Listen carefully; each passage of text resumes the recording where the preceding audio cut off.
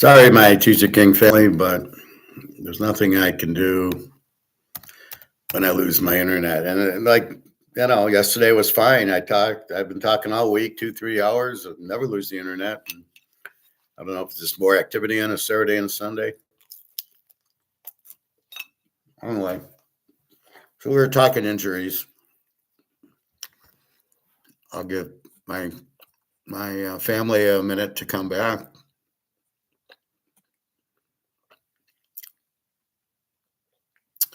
All right. So Cincinnati T. Higgins has been ruled out against Baltimore.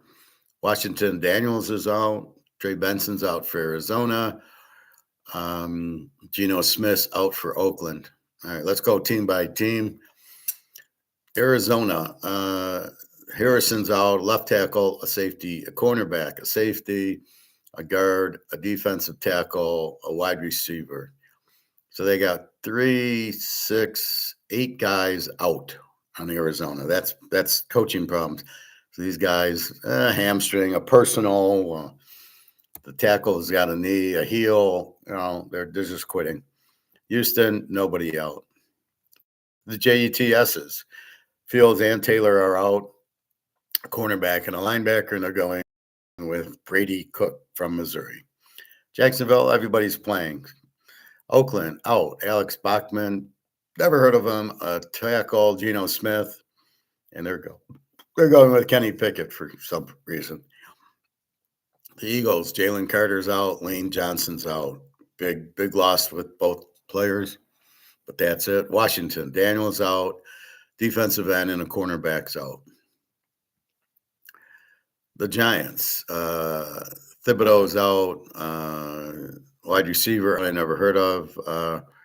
Linebacker out. Cornerback out. Defensive lineman out. A punter is doubtful. And they don't talk about Scatterboo and Malik Neighbors being out because they're not like on the injury list, but they're out also. Buffalo, nobody's out. They're all questionable. So we assume that Joey Bosa's playing. New England, running back Terrell Jennings, never heard of, is out. San Diego, wide receiver Darius is out. Defensive back is doubtful. The guard tackle is doubtful, but that doesn't include the 2 tackles that are already out. Kansas City, Marquise Brown is out. Tackle is out. Guard's out. And the tackle's out. So this is going to be quick passing and or running. Baltimore, Big Bateman is questionable. That's about it. Nobody's out. T. Higgins out for Cincinnati. Cleveland, Conklin's out, Michigan State. Defensive tackle out. Nicoya, the tight end's out. Dylan Sampson, the running back from Tennessee's out. A guard out. A cornerback out. So there's a lot of injuries on Cleveland. The Bears, the defensive back, the defensive back who's been out, and some running back I never heard of, Travis Homer. Indy, wide receiver out, right tackle out, Sauce Gardner out, DeForest Buckner's out. Oh, by the way, why isn't whatchamacallit on here? Daniel Jones is out for the year. Richardson's out, so they're in big trouble. Seattle, tight end out, and wide receiver is out. I never heard of. This is the problem with this. This is the injury report, but they're not talking about the guys who are like Daniel Jones. Well, why isn't he on here, right? Put a list out of guys that are not playing that are good. Not that Daniel Jones is good, but that he's been the starter. Now we remember he's the starter, but like you could forget Scatterboo's out for the Giants. What are you doing? Tennessee cornerback is out, and that's it. And the 49ers, 5 guys out. Well, 4 guys. Linebacker, Tatum Bethune, I don't know. A defensive end, another linebacker, and another defensive end who I've never heard of. Hey, Eric. I'm in the under today for the Army-Navy game. Well, you know how to play it. That's a good play.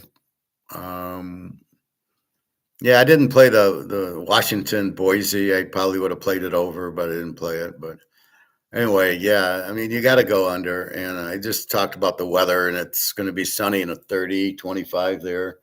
But they're still primarily running teams. Army, I don't like. They don't have a good I think Navy wins the game also, but Navy's got the better quarterback.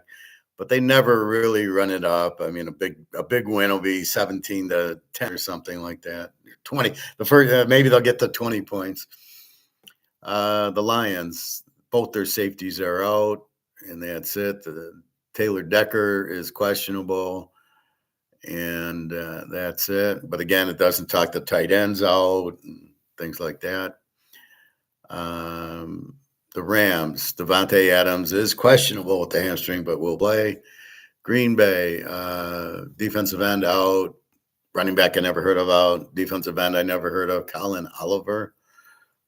Lucas Van Ness is questionable. And Denver, a guard out. And a wide receiver I'd never heard of, Pat Bryant, out. The Vikings, nobody's out. And Dallas, a tackle's out. And nothing, well, on Miami, they don't show. And then Pittsburgh, it's TJ Watt hits lung and he's out.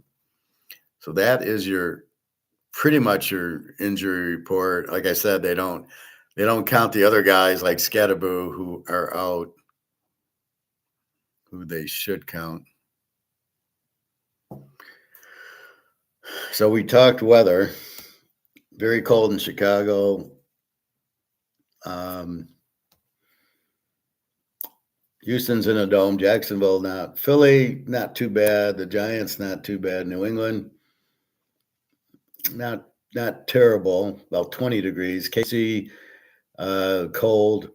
Cincinnati very cold. Chicago very cold. Minus 20 with wind chills. Is that who you're putting it with, Eric? The Chicago game with the Army Navy? Indiana, Seattle, it's warm, maybe some rain. Frisco's warm. New Orleans in a dome. Rams in a dome. Denver's 60. Dallas in a dome, and Pitt will be cold. Yeah, that's what it is. Yeah, just email me with your questions because, again, people that are paying, I got to protect. So, yeah, just email that. But that's what I'm doing. You try to take advantage when these quarterbacks are out. Like, do you really think Indy's going to score with Phillip Rivers, who hasn't played in 5 years? It's okay, Eric. But I do get, my normal class. Just send me the email and I'll give you the answer. But I've given the free play. I've given actually two free play. I gave the Rams 40-32, and I've given Denver's the free play 20-17. They're a very live home dog.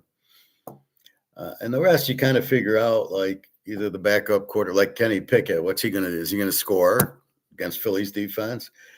And then you got the Jets. You've got Brady Cook, I believe from Missouri, hasn't touched the ball against Trevor Lawrence. So you've got again, see, I got people that sit there and go, oh, I just don't play that game. And I go, you're missing the golden opportunity. Those are the perfect under games when you have this shit quarterback like a Brady Cook or a Pickett who comes in. What are they going to do? Light it up? I mean, so they're not going to light it up. They're probably not going to do much. And they'll try to run because I don't know why. So you take advantage of that. And especially like some of these, like the Jets in Jacksonville is 42. And I got Brady Cook. I mean, okay, we'll go under 48. They're not going to score. Jacksonville is going to run it down their throat. Maybe they get the upper 20s. Keep the ball out of Trevor Lawrence's hand, and they should win it. And again, in the NFL, they're not trying to win like in college where they try to put up a 50 or Notre Dame putting up 70s. This is the pros. It won by 3. That's it. They got 10-point lead. Okay, that's it. No, don't worry, Eric. Elias, how are you? I'm fine. How are you doing? Did I satisfy you with $63 silver and $4,300 gold yet? And it's just starting. So I have this video on JP Morgan getting killed. Any other football questions? So for those of you who are on the other one, I lost the internet, so I just finished the injuries. We had already talked weather. We talked the lines. We talked teaser trends. I don't know anything else anything else you want to discuss, please ask. That's why I do it this way. So again, Army, Navy, we got the Navy 6.5, 39.5. They're the better team, the Navy. They got the good quarterback.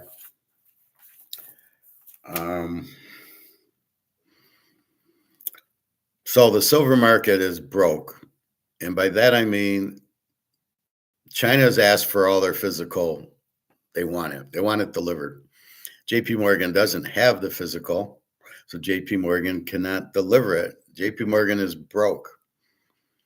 They're in big trouble because they've got all these ounces they have to deliver to the people. And they're trying to get out of it. And everybody's saying, fuck off, because they all hate JP Morgan. JP Morgan's getting he's the one that put in the Federal Reserve and income tax and all this bullshit. And he bailed out Madoff and all that stuff. So he's really an evil player in this mess. The JP'er, very corrupt, very into monopolies, just evil. So couldn't happen to a better guy, JP Morgan. So they're all freaking out because they don't have the physical, and they tried to get more. Nobody would give it to them. And they tried to get people to just, well, how about if we give you cash? And they're going, we don't want cash. Cash is worthless. We want this physical silver, physical gold, which they don't have. So they're in big trouble. So let's watch that video and enjoy that.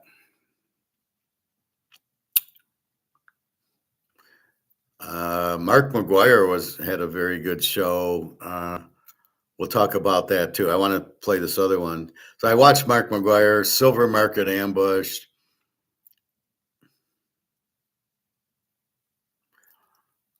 The manipulated stock market declined, and we see only silver declined out of the precious metals. Don't know. All right. Anyway.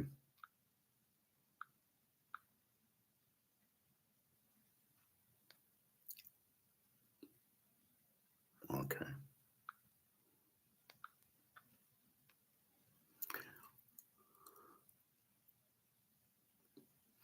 So here's 2 videos. They're kind of contradictory. The first one seems like it's yesterday. The other one, I don't know. It seems weird. The top one says JP Morgan just flipped 700 million ounces, which is only 800 million is only 25,000 tons. So roughly 25,000 tons of silver. And it says it went short and then it changed and it's going long, but the first one says they don't have any left. So I don't really know.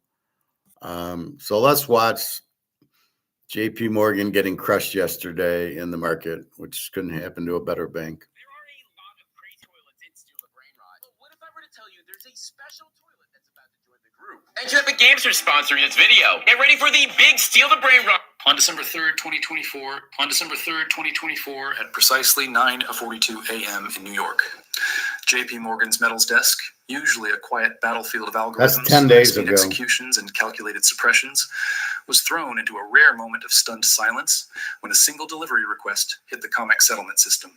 5.2 million ounces of physical silver demanded for immediate allocation. Not rolled over, not negotiated, not cash settled with a friendly premium, but real metal requested by an entity that clearly knew what it was doing. The moment the request appeared, the illusion that had supported the silver market for more than a decade flickered like a dying light bulb. JP Morgan ES internal dashboards turned crimson as automated alerts signaled the one scenario the bank ES risk models had always treated as nearly impossible: a concentrated, non-negotiable demand for physical silver at a time when registered inventories were already scraping historic lows. For 15 years, the global silver market operated on a delicate fiction crafted by major bullion banks that the futures price represented real supply and real availability. But in truth, the system was built on a grotesquely leveraged paper pyramid where more than 300 ounces of paper claims existed for every 1 ounce of metal actually sitting in a vault. JP Morgan was the architect. See, that's the problem with comex and ETFs. 300 ounces of paper for 1 ounce of gold or silver. So how are you going to get your physical out? You're not. So you're being Ponzi schemed and scammed into believing you have physical and you don't. And paper is just nothing. It's just paper. Here, this is an ounce of silver. I don't think so. So that's really what the issue is there. And the enforcer of the system, using high-frequency spoof orders, well-timed short dumps, and liquidity chokeholds to keep silver prices subdued. The bank had grown so skilled at manipulating sentiment that most market participants had forgotten the distinction between physical and paper entirely. But the 5.2 million ounce request forced that distinction back into the spotlight with the brutality of a gunshot. Behind closed doors, executives scrambled to tally real inventory.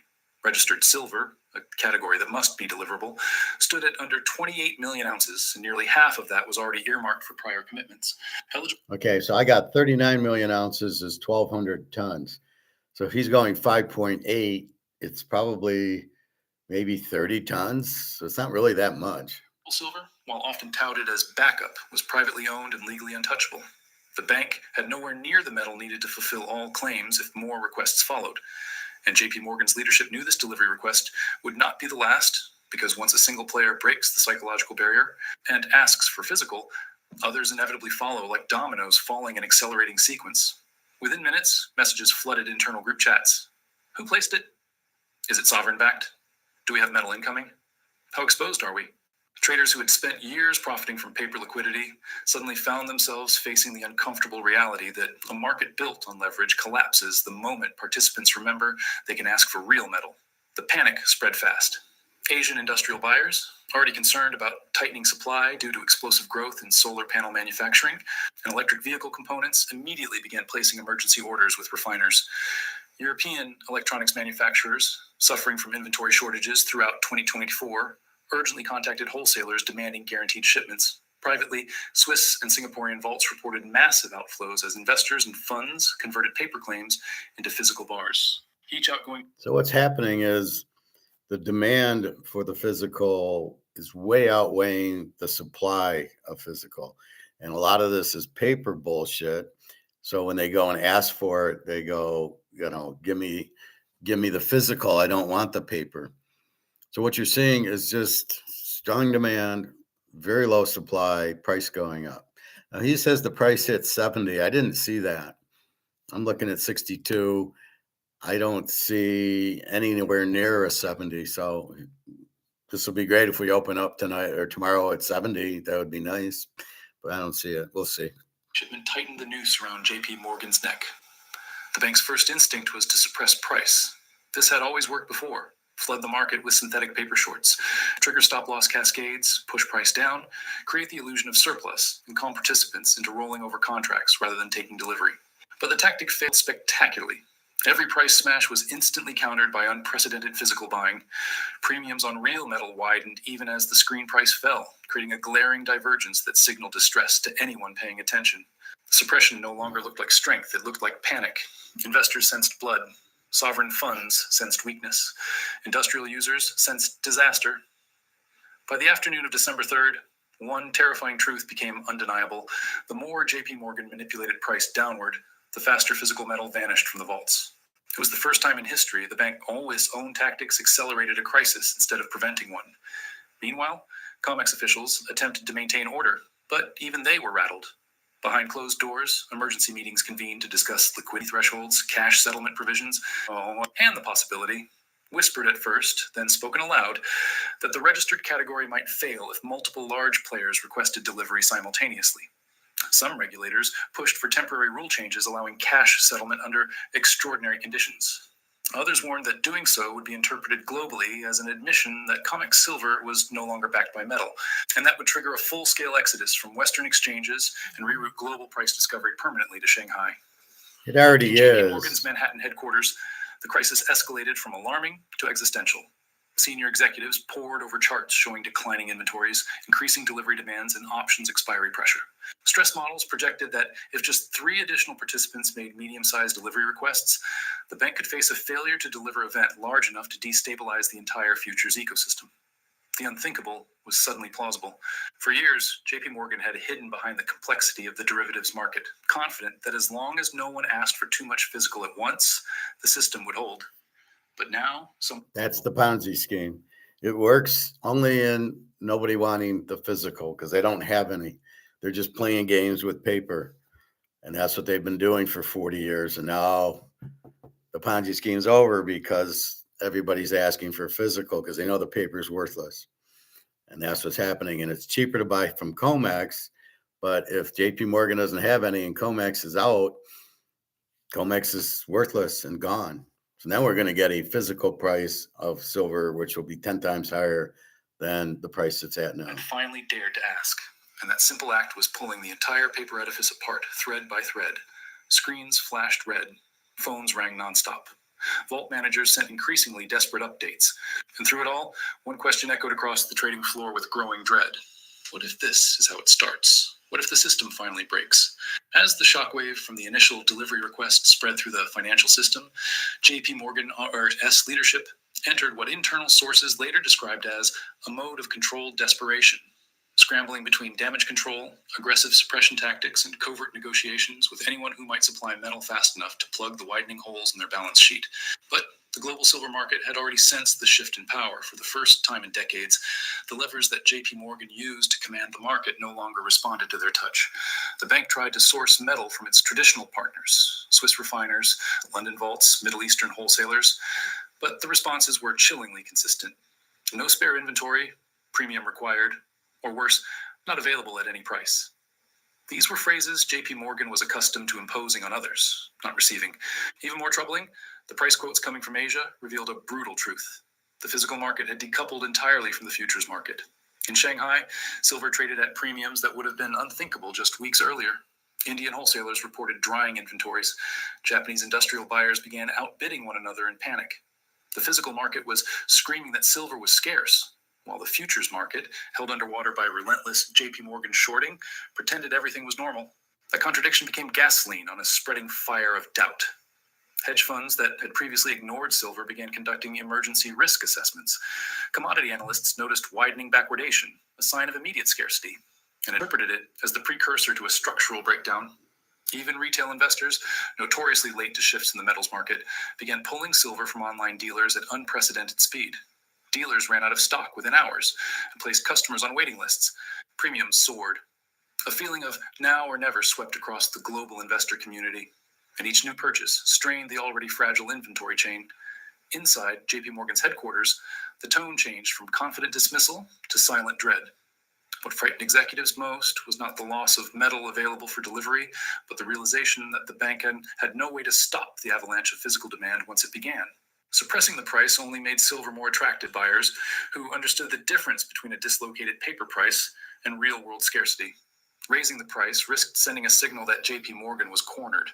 Doing nothing meant watching inventories evaporate. Every option carried catastrophic consequences. On December 4th, an emergency board meeting brought together executives from metals, trading, risk management, legal, and operations. The meeting, according to insiders, was tense to the point of breaking. Some argued for a strategic retreat, allow price to rise naturally, reduce short positions significantly, and attempt to close obligations faster. But others warned that letting the price rise, especially under conditions of accelerating physical demand, would attract even more delivery requests and potentially reveal the full extent of JP Morgan ES paper liabilities. Another group proposed a different strategy: quietly negotiate with sovereign wealth funds in the Middle East, offering long-term financial incentives or political leverage in exchange for temporary leasing of silver reserves. But the bank received a sobering reminder of its diminished influence when one Gulf nation replied through an intermediary, "Our silver is not available. We anticipate higher future scarcity." Even governments understood that something irreversible was unfolding. Meanwhile, in Asia, a dramatic development shook the market further. A large industrial consortium, rumored to be backed by both Chinese and Korean manufacturing giants, submitted a second massive delivery request on COMEX, this time for 3.8 million ounces. That request, arriving just 26 hours after the first one, sent a tremor through the entire derivatives complex. JP Morgan's internal modeling software flagged the new request as potentially destabilizing, projecting that if two more comparable demands surfaced, the bank would not have enough deliverable inventory to meet obligations, even if it emptied all registered categories and negotiated emergency swaps. What was once a theoretical risk had just become a mathematical certainty.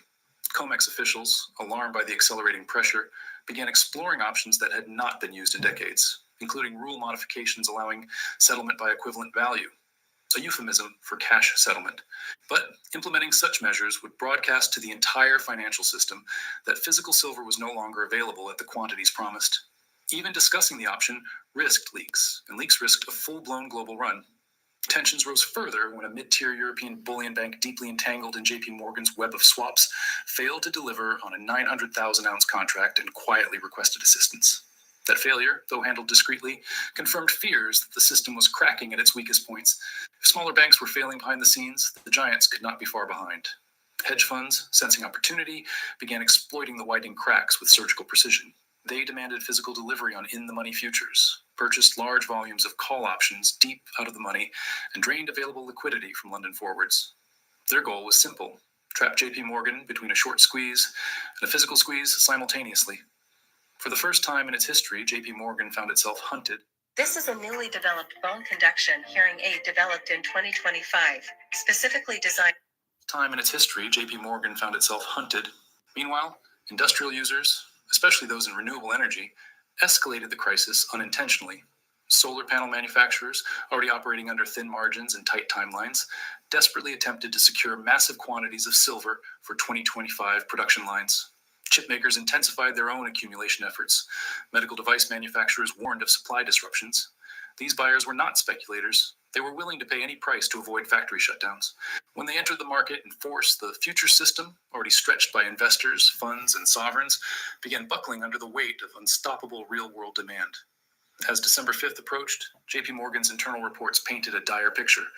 If demand continued at the current rate, registered silver could fall below 10 million ounces by mid-month. Worse still, data from London suggested that large private vaults were experiencing outflows far greater than publicly reported. Private investors, sovereign entities, and even wealthy families across Europe and Asia were converting paper into physical metal at an accelerating pace. Every ounce removed pushed JP Morgan closer to a catastrophic liquidity event. In one particularly grim meeting, a senior metal strategist warned that a cascading delivery default could trigger contagion across precious metals derivatives, destabilize multiple bullion banks, and potentially spread to currency markets given silver's role in industrial supply chains. Another warned that a default by JP Morgan, no matter how small, could permanently shift global price discovery to Shanghai, dismantling decades of Western dominance.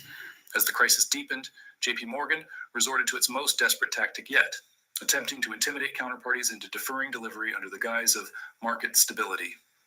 But the tactic backfired catastrophically. Word spread quickly that JP Morgan was urging clients to retreat from physical settlement. Instead of calming the market, it triggered the opposite reaction: panic, suspicion, and a stampede for the exits. Everyone now had the same thought. If the largest player in the silver market was scrambling to avoid physical delivery, then something was catastrophically wrong. And in the shadows, a coalition of sovereign buyers, China, India, Turkey, and a bloc of Southeast Asian nations, began coordinating a move that would escalate the crisis beyond anything JP Morgan or COMEX had ever prepared for. By December 6th, the quiet coordination among sovereign buyers began to coalesce into a full-fledged strategy designed not just to acquire silver, but to fundamentally reshape the metals market itself. Intelligence filtered through discrete channels suggested that China and India, long frustrated with Western dominance over commodity pricing, saw JP Morgan's vulnerability as a once-in-a-century opportunity to shift global leverage. If the largest Western bullion bank could be destabilized or even forced into a public admission of shortage, the global financial architecture surrounding silver would break open, allowing Shanghai. Yeah, I don't get it. It's already being priced in China and Russia, the BRICS countries.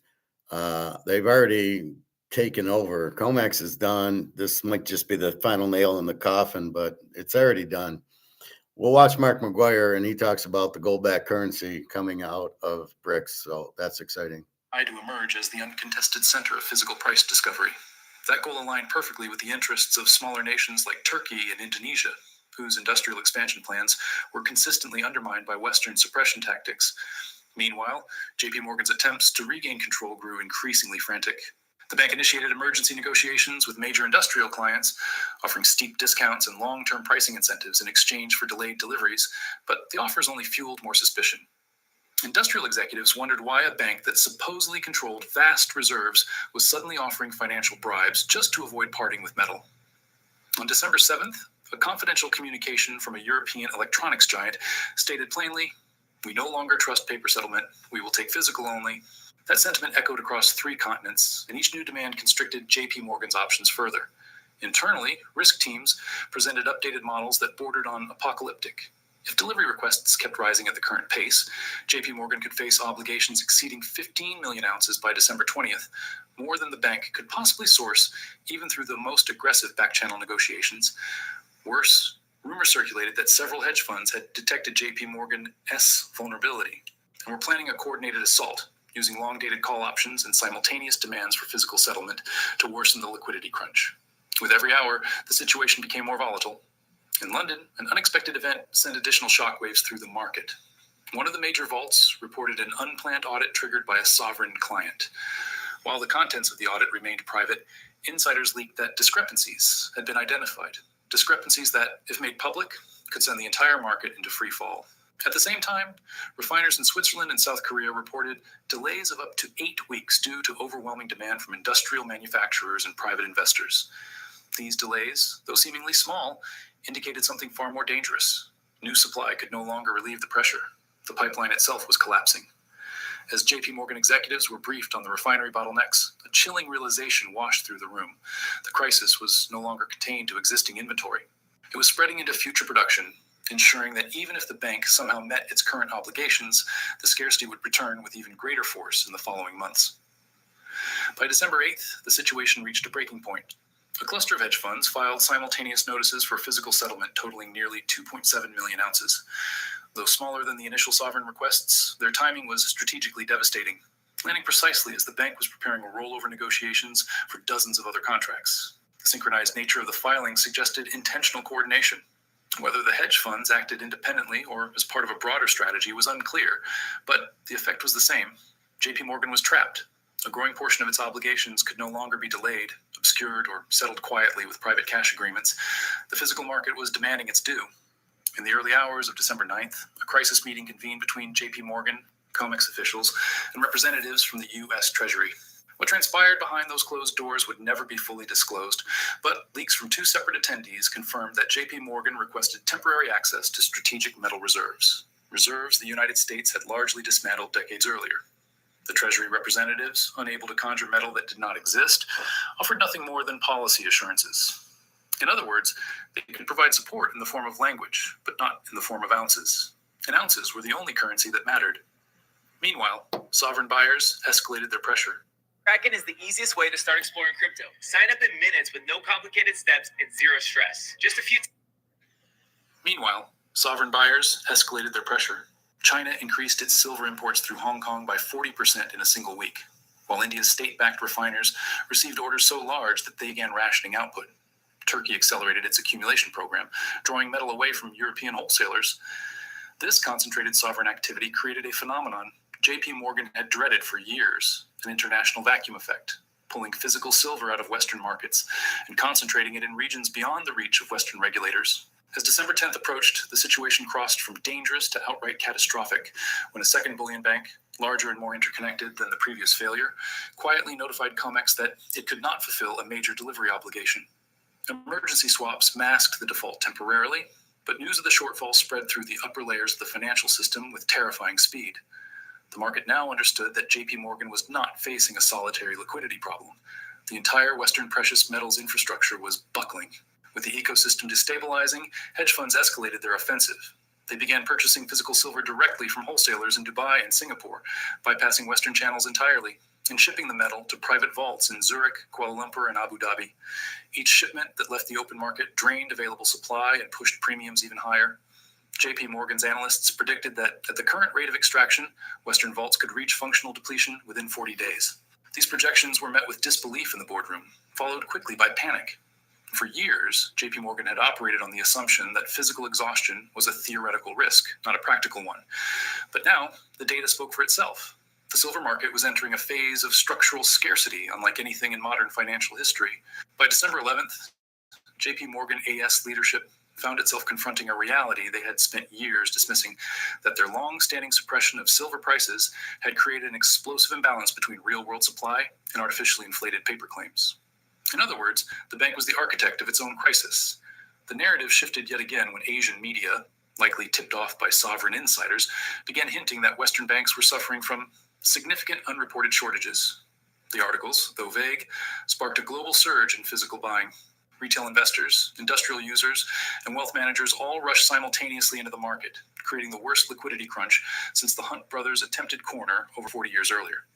But unlike the Hunt era, this crisis was not caused by speculation. It was caused by the systemic fragility of a market built on decades of artificial suppression. In the final days leading to the December 12th settlement cycle, JP Morgan made one last attempt to prevent a full-scale implosion, a coordinated global suppression attack involving shorting across COMEX, London, and multiple OTC channels. The move temporarily pushed silver prices down on the screen, but the effect backfired catastrophically. Buyers flooded into the discounts with ruthless efficiency, draining the last accessible inventories in the United States, the United Kingdom, and parts of Europe. When JP Morgan realized the damage was irreversible, the bank shifted to defensive mode. Internal directives instructed traders to prioritize survival over profit. Quiet discussions began around the legality of invoking force majeure. Crisis teams drafted statements in case of a public failure to deliver event. And still, the demands kept coming. The world had finally recognized the truth. The silver market was not merely tight. It was structurally broken. And JP Morgan, the institution that once controlled it with absolute confidence, now stood on the edge of a historic collapse that could redefine global finance for decades to come. Couldn't happen to a better company. All right.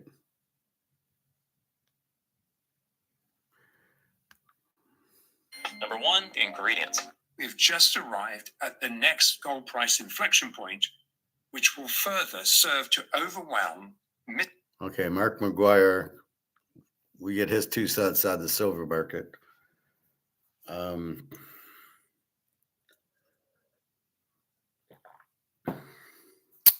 Also gold-backed currency. So let's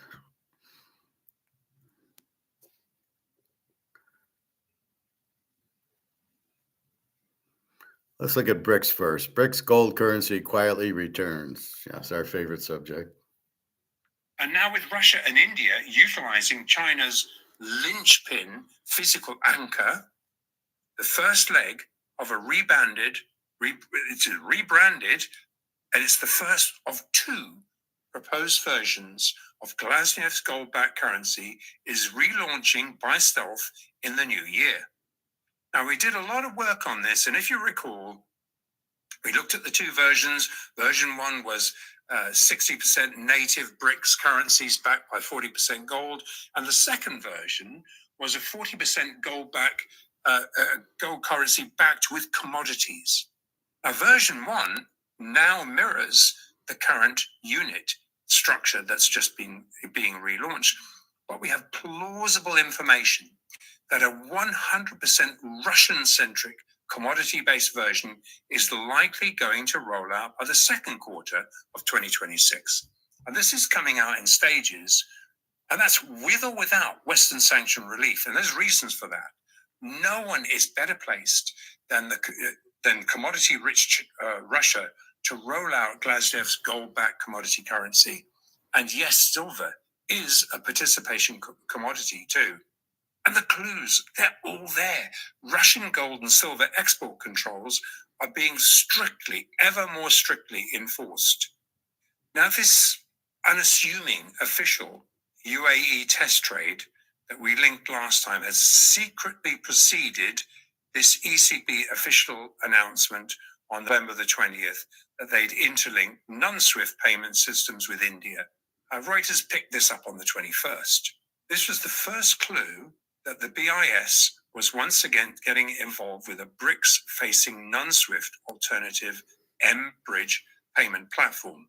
However, we'd also received reliable information that the pre-trialed, institutionally geared Bank of International Settlements sanctioned M-Bridge BRICS gold-backed unit institutional focus benchmark token was also ghost tested with a sovereign which we understand to be the UAE. Now, liquidity provider feedback suggests the UAE test precedes an official rebranded launch of Glasnev's version 1, which is the 6040 gold-backed currency, and Glasnev is 100% steering these relaunches. Then this was announced. While rebranded, this newly rolled out payment solution strictly follows Glasnev's original formula. Namely, the intrinsic value of each unit represents 1 gram of gold, while the just announced official launch initially incorporates just the first 5 BRICS nation currencies. Now, what's a gram? It's 0.003 ounces. So a gram's a tiny thing versus the ounce, which is what we know of, right? So it's, I think, 30 grams to an ounce or something like that, just so you get flavor of what a gram is, because I didn't know what it was either. I knew it was small. That's Chinese currency, the Indian currency, the ruble, the ZAR, just those 5. Well, we've got credible information. Saudi, the UAE, and some 40 African currencies are also in the process of being ghost tested. The IMF estimates global South emerging and developing economies as a combined GDP, and this is IMF estimate, a combined GDP of $48.6 trillion. This is very attractive prize to go after. And just to put things into perspective, backing just 1% of global South GDP with gold, really with gold grams, would require more gold than is currently mined annually. Now, we've previously looked in detail at the structure of this previously trialed BRICS currency, which due to sanction pressures was shelved until one of 2 things could happen. Either a Ukraine peace deal could be negotiated, unwinding Russian sanctions, and or a sufficiently liquid, stable, physically derived global-facing gold pricing and storage corridor could be established. Both are in play as we move in 2026. None of this is factored into 2026 price estimates. The SGE-backed gold corridor has most definitely been established. We've been talking about it as it's been rolling out and the progression it's been making. And it's rapidly expanding westwards. Ironically, this is important, with the ruble now minted as one of the 5 participating unit currencies, and the bulk of the trade global South facing, it also is serving to bypass Western sanctions, by necessity accelerating a Ukraine peace deal. Now, the initiative will serve to neuter the EU's efforts to continue to so-called invest in a proxy losing forever war, which is most likely why the US is currently front-running negotiations with Russia for a post-war critical minerals deal. Notably, given the single Russia-phobic narrative, the mainstream media silence is absolutely deafening. Now, it's no coincidence that Russia is locking down exports of gold bars ahead of sanctions being lifted. Russian gold already feeds into the SGE and the SGEI international-facing high-quality liquid asset gold corridor, enabling sanction-free Russian gold to provide trade finance liquidity without transferring title into a rising gold price. Simply borrow against it. President Xi has all along, I talk about rising gold price, President Xi has all along assured his citizens on a regular basis since 2010, invest in gold, but it will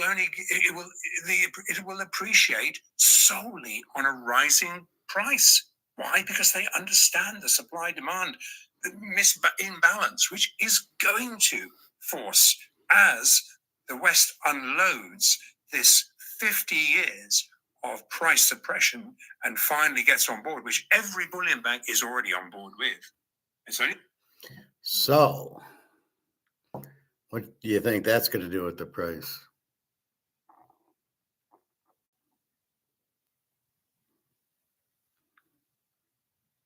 So really, to sum it up, the 60/40 gold-backed unit is 100% institutional facing.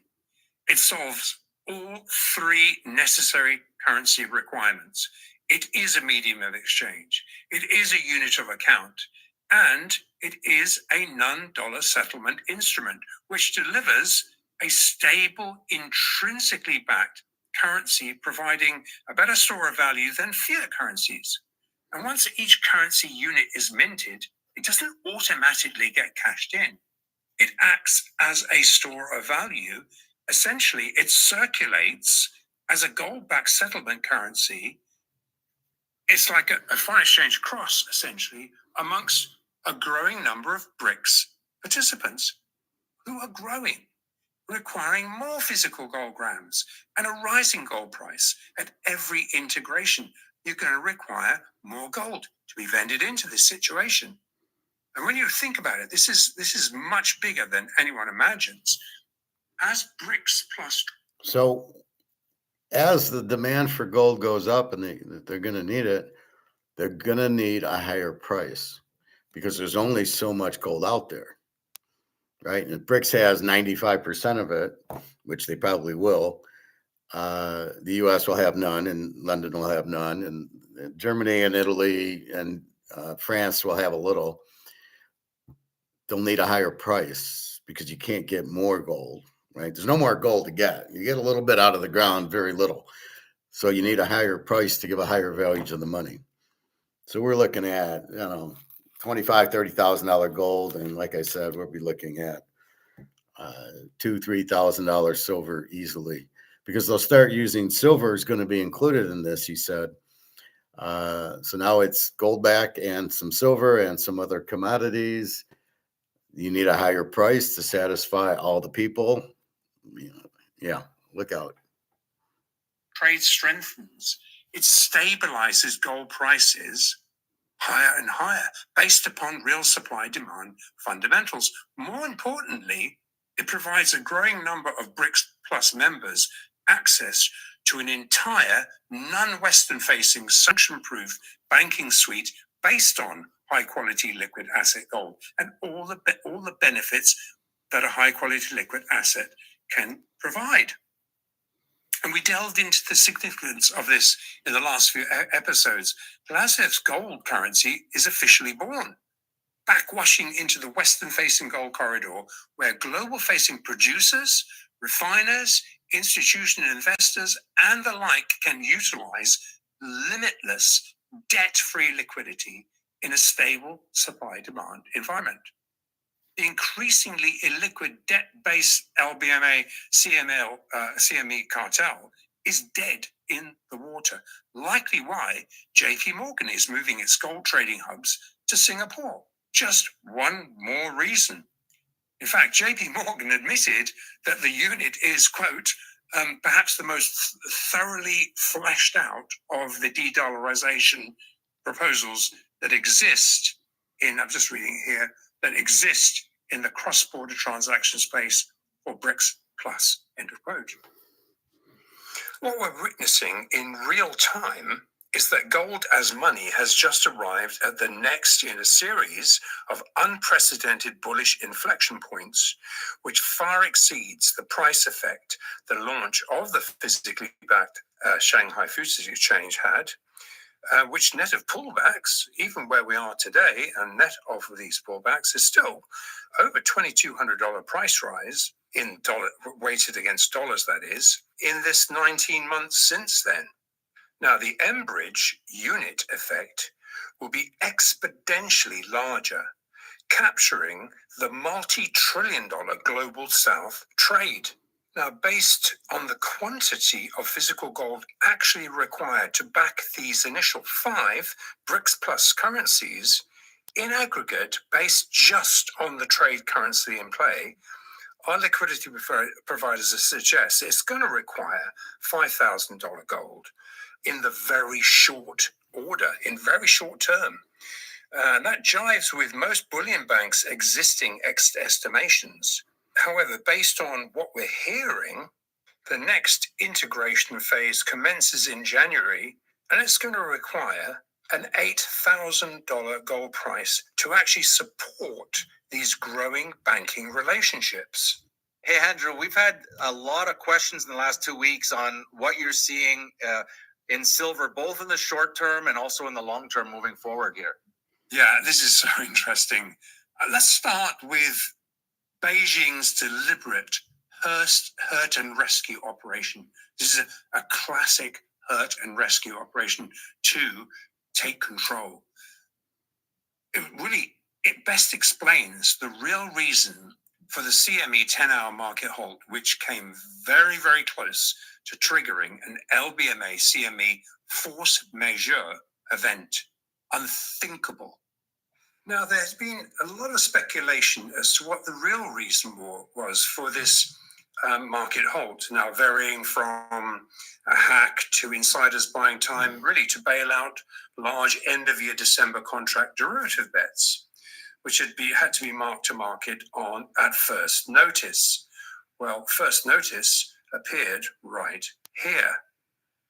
So, and bearing in mind that actually happened a day earlier, and even though we marked a fix here, you have to ignore that because this happened within this bar here is 10 hours later, basically, where the CME halt then was I don't know where Mark's pointing. But what really gave away that this was an officially orchestrated market halt bailout was that both gold and specifically silver here had spiked higher into the very large SGE and SGEI demand at the exact moment that the CME went down. I just move this across so you can see it better. Now, this bar here was the exact moment that the silver was halted. So basically, 2 hours in to the Black Friday session, liquidity providers reported the sudden appearance of massive SGE physical buy orders, which was so large it forced automated LBMA comex short covering, spiking up the silver bid stack, forcing short sold margin calls into a bid-only condition. And it was this condition that triggered this automated CME 10% circuit breaker market halt. Also, it's hard to identify the buyer, but someone simultaneously placed a fully paid up order for 1,140 tons of December silver into first notice right here. So 2 hours later, we see an SGE order coming through. I mean, we're talking about 1/3 of all registered inventory, COMEX inventory, being demanded for delivery, which, given this exceeded the single position limit cap of 933 tons, looked suspiciously coordinated. Someone wanted otherwise impossible to obtain physical silver in a hurry. And as we So keep in mind, they do not have this. This is a Ponzi scheme. They're, as we just watched the JP Morgan one, they don't have the inventory. It's all a game. It's all made off. They're relying on paper options and nobody takes delivery. And now people are taking delivery. People need it for industrial. People want it for money, and therefore they don't have it. But people are taking delivery because it's so cheap. They know it's going to go up. They know there's a shortage of supply, which makes price go to the moon. And that's what we're seeing. And that's why I'm saying go run and buy as much as you can, because It's just there. It's gone, and you can't replace it. It's silver. I mean, it's you dig it out of the mine, and that's it. And that's the point. You can't like, yeah, I can get another blue shirt. I can get more glasses. I cannot just go get more gold and silver. And they're trying, and they're shorting, and they're just taking it out of Comex and JP Morgan, and they don't have any left, and they can't cover it. So we are in a situation that's beautiful. High demand, and there's zero supply. The supply very little, and here it goes, and there goes price. You can see it happening, and we're going to see $1,000 silver very soon. He's calling for $8,000 gold because they're going out with a gold back price, a gold back currency January. So they need $8,000 gold to cover all the bills they're making, but there's silver in there too. And we need silver also in the gold back currency, and that's going to crush the price way, way higher. So we're looking at a very Merry Christmas. Previously identified circuit breakers only kick in to protect the house. And historically, they're always to protect the shorts when called upon to deliver. Every time over the last many years, that is the one consistent time where we've had market halts.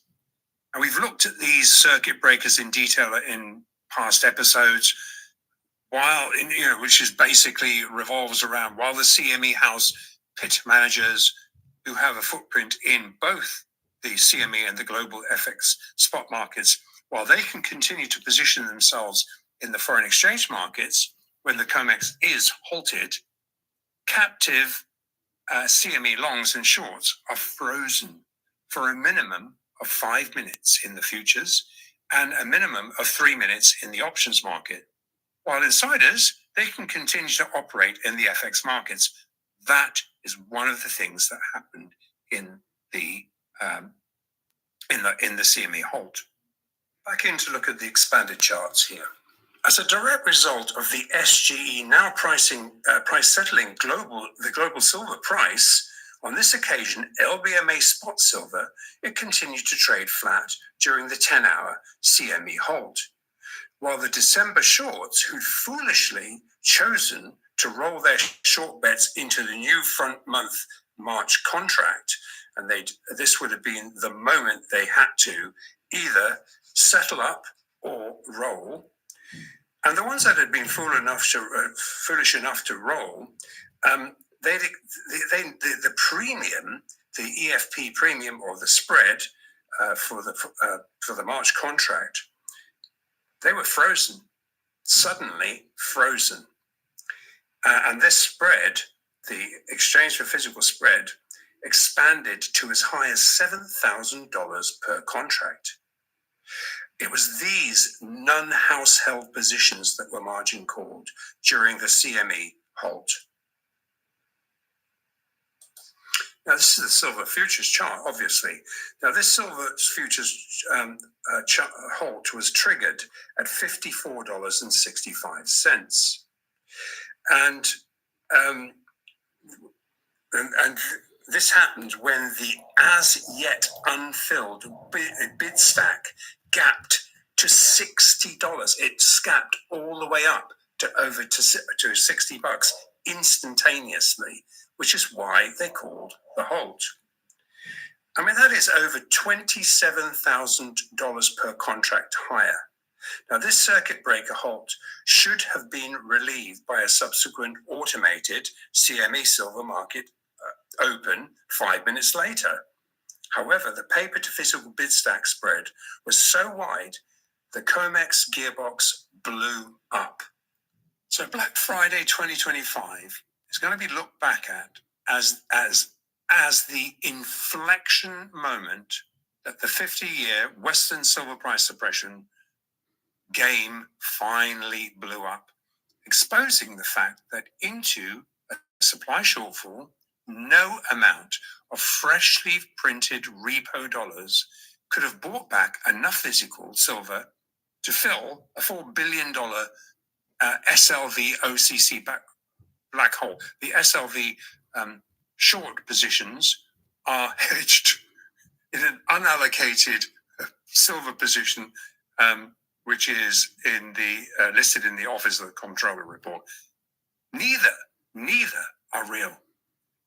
Now, the 24.4 billion borrowed by the banks ahead of the CME reopen in the repo event was undoubtedly a short-term bailout until a deal could be done to appease, really, Chinese lessors looking to reclaim their bullion, compounded by the fact that SGE leased silver was being called back into restock depleted 15-year Chinese warehouse shortages. They want this back as we move into 2026. And without a circuit breaker hold, the 4 billion CME SLV liability was assessed as expanding probably to as high as 10 billion, which would have been enough to bring the entire interconnected 2 quadrillion derivative banking system down. So that wasn't going to be allowed to happen. It didn't suit anyone for that to happen. And with the LBMA float already decimated and so little CME open interest left for the chips, basically, in the casino, left for the cartel to short cover into, China sent a message that they have taken silver gloves off. And following export controls and rumors of fresh silver tariff mandates being implemented, and that could be likely over a weekend that we could get a call like that, the PBOC is now aggressively calling in their long comex spot and very large SLV longs for physical delivery. This precedes a full lockdown of Chinese silver export that kicks in January. BRICS countries buying or selling silver in the future are going to be strictly licensed inside this SGE corridor. Now, we've previously identified as as yet unknown, a very large percentage of the 4 billion of short sold SLV positions are held long by the state-held Chinese banks, who are calling their leases back. Beijing has been biding its time to pull the trigger on silver and knows the Fed's untenable OCC short silver position, being stick-handled by the LPMCL, is the West's Achilles heel. Now, clearly, this is a fine balancing act. And the last thing Beijing wants is to shoot themselves in the foot by imploding the entire 2 quadrillion derivatives complex before they can retrieve their leased metal. And to avert an unthinkable COMEX default and to buy enough time for the Fed officials to look for short sold paper, to get hold of short sold paper silver, to get rid of it, a deal with state-owned SGE PBOC officials had to be struck. There's no doubt a deal got struck, namely to allow Western officials time to pay the backwardation surcharge while this metal gets returned. We're witnessing that as we speak. And as we've recently asserted, Beijing has gained sufficient physical market liquidity to take full pricing control of all global gold, silver, and rare earths and listed critical minerals, and have now really taken the gloves off, moving from stealth to openly draining as much underpriced supply out of Western paper exchanges as they can without upsetting the apple cart. Chinese buyers have quietly been capitalized on the COMEX monthly mark-to-market wash-and-rinse cycles, so obvious. Once more, by spot indexing, that's locking in mispriced silver in the FX markets, alongside loading up record volumes of December silver futures longs, these chips, but in this case, to take delivery. And all of this has happened into synthetically capped prices. And specifically, the synthetically capped first notice mark-to-market event. China standing for delivery of registered COMEX open interest is what broke the shorts back. However, the moment that that silver had been capped at $50 for basically since 2011, been capped at $50. As soon as it broke out of the synthetically capped level, the upper range, into export controls and SGE stocks at 15-year lows, the moment that these comex first notice bets has been synthetically squared, the race to pull the trigger to stand for physical delivery began. And it just took really,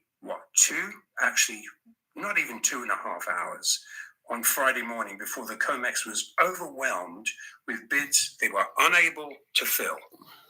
So to kind of sum it up, the official margin call in silver was so large that all trades had to be halted to hide a CME LBMA force majeure event. And what we are certain of is that every single global facing bullion bank is long physical and ETF gold and silver for their own house and client accounts. Now, for their own books, the historically accrued short bets against silver and gold are directly linked to officially held OCC bets. That is the Fed's position. No bullion bank is on the hook for those. And essentially, although it's been stick handled by them, they're not on the hook. These bets are squared always on the last day of each month, the exact day the CME went into default.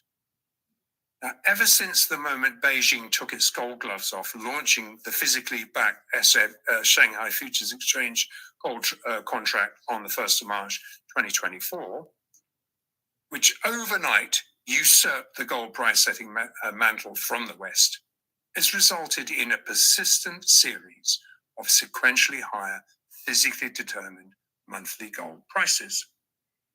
Into attempts to manage massively leveraged offside derivative bets, the Fed has been forced to borrow physical gold from the BIS, leverage it, and then being forced to sell it into the market at a loss. This is what's been forcing offside Fed-centric gold to be paid back and marked to market at relentlessly higher prices. We've tracked it month after month. Beijing has been playing the long game and into the process has taken full control of the global gold and silver price setting mechanism.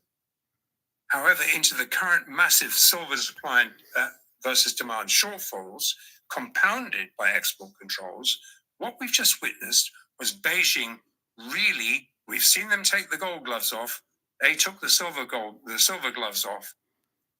And the effect, though, with silver, for good reason, is it's exponentially more dramatic because unlike gold, where you can print enough fiat to buy back short bets and drive a higher price, incentivizing some offers to come to the market to enable officials to cover unhedged short positions, albeit at higher prices, there is simply insufficient silver bullion available to buy back to short cover, to pay $4 billion of massively shorted, unallocated FX silver positions. So, Shane, to answer the very short-term questions that we got, and we're recording this episode ahead of FOMC this evening, and we expect the usual, as we're seeing here, insider stop hunting to kick in at the announcement. However, liquidity providers report opportunistic dip buyers are underlying, and once specs have been tricked out or tricked in short, one or the other, insiders exposed to large SGE demand will short cover. Now, as it happens, I've had to re-record some of the charts. They just weren't, somehow they didn't populate very well, and they didn't jive with what we were discussing. So I've had to re-record them. So I'm actually recording this at pretty close to, after the PM fix, essentially, on Friday. So it gives us an opportunity to sort of update where we are. But really, I want to look at the bigger picture here. For both gold and silver, it's extremely bullish. To address the very short-term subscriber questions, though, which is really what we wanted to do, as was witnessed directly after the pit closed last Friday, we see London clears, and once more again today, as soon as London's cleared again, this is when we see the bid pulling. And it's a constant thing. It's capping.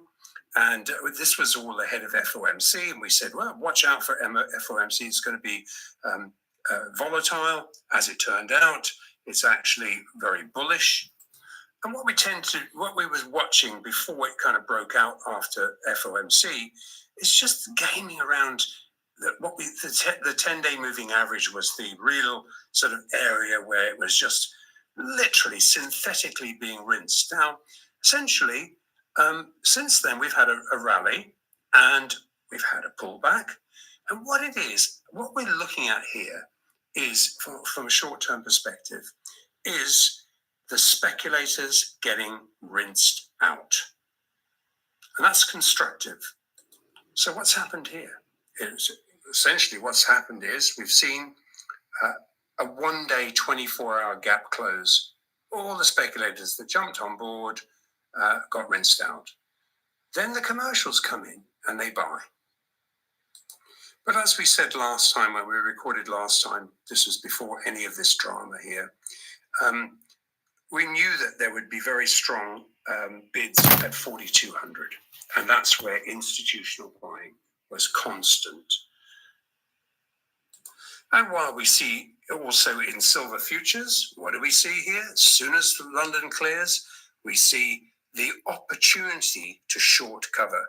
And that is really all that's happening here. But look, there are literally, with sharks circling around the depleted COMEX inventories, really any time, the moment that London has settled and we see these areas to short cover into, all that's happening here, and in silver, because the stock market tended to, it's gone into a free fall as it happens in the end of the week at the moment here.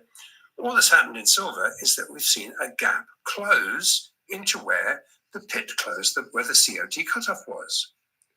So really no damage done. And we see the ratio trade also gapping lower now as really short covering of synthetic silver positions. This is when we look at the ratio trade, it is purely synthetic. This is not a real price. So what are we looking at? We're probably looking at a move into the area around here and more immediately somewhere in the mid 68s at the moment. So I would say something around the July 2021 66 to 1 lows would be the next level. And then I think we then move all the way down into where the 2011 in the 30s, but essentially one step at a time. And the rotation out of gold futures into silver futures has assisted the commercials really to synthetically weigh on gold futures. However, liquidity providers report very strong institutional gold demand is underpinning synthetic efforts to cap gold, which is exactly what we're seeing today. What we're saying is all of these rinses are extremely constructive, flushing out spec longs while securing the next rising physical support step really to rally from. And that's all we're witnessing now. And what was a pushback from 65 futures today? Really, no damage done. We're in a very aggressive channel here. Now, with the Fed on the back foot into rising prices and increasingly forced to turn to the repo market to manage underwater positions, it's no surprise to evidence some official pushback attempts. Let's dig into them. It's interesting to note that while the Bank of International Settlements is long gold, its trading desk, and has been clearly tasked to step in to try and talk gold down, blaming the gold price rally on retail investors. However, looking at the data, with open interest close to half of the 2020 800,000 level and 17,400 contracts below the 2025 highs, this is clearly not the case. Far, far from it. Now, we've been drawing attention to the freshly activated institutional 40-20-20 allocations to gold, which also involve funds who are not actually mandated to hold physical. So to gain the necessary percentage of gold exposure, they're forced to buy gold ETFs, the GLD ETF shares, and also they can invest in comex, open interest. The problem with the BIS spin, and that's drawn attention to in this Financial Times analysis, is gold ETF demand is very, very sticky, and it's not speculative, and it is not rinsable. There are two things to note. We know the Bank of International Settlements is long on behalf of all the Western-facing central banks that it manages gold for, and our liquidity providers are certain. The BIS Gold Trading Desk manager, Benoit Gilson, who we referred to many, many times, he stopped selling or leasing out central bank sight gold in November 2022, when the BIS covered all of the remaining 500 tons of its leases. In fact, into this September to October physically derived higher stair step, 15 tons of Fed-held Bank of International Settlement gold swap were repaid at a $212 higher price. It's logged. It's actually visible. Now, the Fed is feeling the heat, and it is really clearly asking for help in trying to cap the relentless rise in the gold price. However, with the price being set in the SGE physical exchanges, the BIS is pretty pushing on a string trying to talk gold down. I mean, that's all they've got is talk. And while this has spooked the dwindling rinsable volumes of the spec futures gold open interest, this spec held stuff, there's just simply insufficient comex open interest warrants floating around to gain significant downside traction. Also, for reference, spec open interest in silver futures is also muted. Bearing in mind, silver futures are in the crosshairs for backdoor deliveries of underpriced bullions, with commercials caught short last week. Very little of the spec held open interest is vulnerable. Obviously, there is some, and as we've seen in the charts, expect some of that to get rinsed. Highly constructive. So as we wind down for Christmas and embrace very bullish expectations of an exponentially more bullish 2026, the only question that remains is actually the same one we started with in January and have repeated in some version or another all the way through the 2025. In fact, we started with gold at 2,500, silver below $30. The only question is now, how much physical gold and silver do you own as we are about to launch into 2026? All right, that wraps up. So we have all this demand for industrial silver. We have all this gold-backed currency, which is not only in Europe, it's also in Asia and in Africa. So Africa is launching gold-backed currency. Asia is all the BRICS countries. So demand for gold, huge. Demand for silver, huge. Plus the other demand for silver for, military and tech and all that. So the industrial demand. So it's just huge demand that forces price up because you can't make more gold and silver. You get it out of the ground and all you have is all you have. So that is coming. So these prices are going very, very high. I thought he gave an $8,000 gold price and a $140 silver price. $8,000 gold sounds right. The 140 silver, I think we can do a lot higher than that. We'll eventually get it to 500-600 on its way to 1,000. So again, it's little steps. It grows. All right, we got through 50. Now we're in the 60s, and then soon we'll be in the 70s, and then 100. and then 150 and then 200. And there's nothing to stop it because the shorts are gone. JP Morgan is gone. He doesn't have the inventory, as I showed you in the first video. So just keep going with the gold and silver. Go buy some more for Christmas, whatever.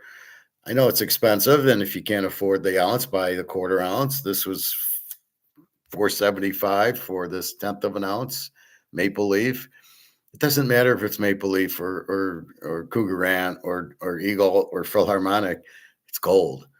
I'm buying a 1/10 of an ounce of gold. I don't give a shit what it is, but don't buy collectibles. Don't buy other stuff like that. You don't need to. We're buying the gold and silver, and then we like coins. And that's all we're doing. If you like bars, buy the bars. But that's what we're doing. We're buying physical gold, and it's coin, so it's fine. But that's what we're doing. We're not, oh, it's a 1922 and it's a MS-70 and it's worth $50,000. We're not doing that. We can do that in baseball card. We can do that with Mantle and maize. We are not doing it in gold. All you need to do, he just says gold to $8,000 an ounce. Here's an ounce. That's all you're trying to do here. Because you don't want to pay more for it. You don't need to. Just pay $63 for an ounce of silver now and let it go to 100, and you just made the money. You don't need to get a collectible gold and silver. So anyway, that's where we stand. Football, again, we went through it real quick. Brady Cook is starting for the Jets's against Jacksonville. Pickett will start for Oakland against Philly. Mariota will start for Washington against the Giants. Prime Jr. starts against Caleb. Rivers is starting against Darnell for Indy. Ward and Purdy, Young and Shaw, Golf and Stafford, Love and Nix, JJ and Dak, and Tug and Rogers. Just a terrible. These quarterbacks are so bad. Not all of them, but some of these guys. Today, Army Navy 6.5, 38. Should be about 30, and should be sunny there, a little wind. Typical Army Navy game. And that's it. So we went through everything in football. In the other video, again, the internet like blows me up, so I have to do part 2. So part 1, you'll get all the football. Part 2, you see the 2 gold videos I wanted to share with you. JP Morgan's caught by the short hairs as they bet that it would never go physical, right? Everybody would just keep buying the options and playing the options and never asking for physical. So they cheated, and then they got caught with their hand in the cookie jar. We don't have the physical to cover it all. Okay, goodbye. So Comex is blown up. It's gone. That maybe it'll be there another month or so, but everybody wants delivery. Everybody wants physical because they need it for either bricks with the money or these industrial solar panels and guns and stuff like that. So nobody wants the paper anymore. Nobody wants the money. Plus, we know the money's worthless. So if we know the money's worthless and everybody wants the physical to make stuff and to put it in as money because they got to get out of the dollar, price has to go up because you can't come up with any more supply. And that's the bottom line. So have a good day. I'll see you tomorrow about 11, and we'll talk football. I did the weather in the first one. Excuse me, a bit tired. So I did the weather, but you can go to weather.com and actually it's called NFL.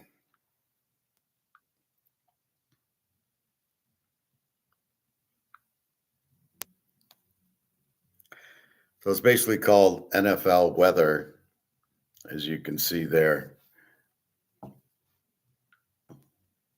So NFLweather.com, and it just goes game by game. And then, you see this, but then you go to read more, and then you get a little more of a summary of it, of what the hell's going on. Oh, it's going to be as low as -20 in the Bear Cleveland game. And that helps you. The weather, again, the real cold weather, you're not getting a lot of points. In the rain, you might be okay, but in the real cold weather, you're in trouble. they can play in it, but how many 50-yard passes are you throwing? And that, so it tends to be probably more of a running game, maybe some short passing. I don't know, but it's cold and they don't like it. Anyway, pre-play is take Denver and the points against Green Bay. So Denver +9 as a home dog to Green Bay. It's a bad Green Bay is not a good road favorite. Otherwise, a lot of teams need the games for the playoffs, for the wild cards to win their division. And now is when it comes into play. Denver doesn't need the game in Green Bay as much as teams like Kansas City and Houston and Buffalo, where they have to win. They'll be more at urgency than the team that like Buffalo. New England doesn't need it. They've tied for the 1 seed with with Denver, but Buffalo needs it to keep the wild card and to get in there. And Kansas City must win, and things like that. So that comes into play now. That's very much into play. Not that they didn't need it last week when they played Houston, but Houston needed it too. They both needed the game. Here you've got San Diego doesn't need it as much. I mean, they're still in it, but KC has to win it. So that's what you want. Now, that doesn't mean it's necessarily a winner, but they have to win it. So we will see what happens. Anyway, gold and silver, watch it go to the moon. Gold 4,300 now, and it ain't going down. And silver 62. It had hit 64, went down to 61 at 10 o'clock based on the margin calls because they changed the margin requirements. So the margin, if you didn't have the margin call, they just sold your short, and that's why it dumped down. And now it's being bought up, and so look out. And again, JP Morgan doesn't have any, so they're screwed. Anyway, that's what's going on. So enjoy your day. Army Navy's at 3. And then tomorrow we got football all day tomorrow. So have a good day. Questions, comments, go to www.teaserking.com. Get my email if you have questions. And we'll go from there. Again, there's the $200 special, $200 for the rest of the year, college and pro through the Super Bowl. Always includes locks, or you can buy the bowls for $100. You get all the bowls. If you don't want the pros, you don't need the pros. You get all the college games plus all the college playoff games for $100. So either one, very good deals. All right. Well, have a good day. www.teaserking.com. Be good. And off we go. All right. All right. Take care, everybody.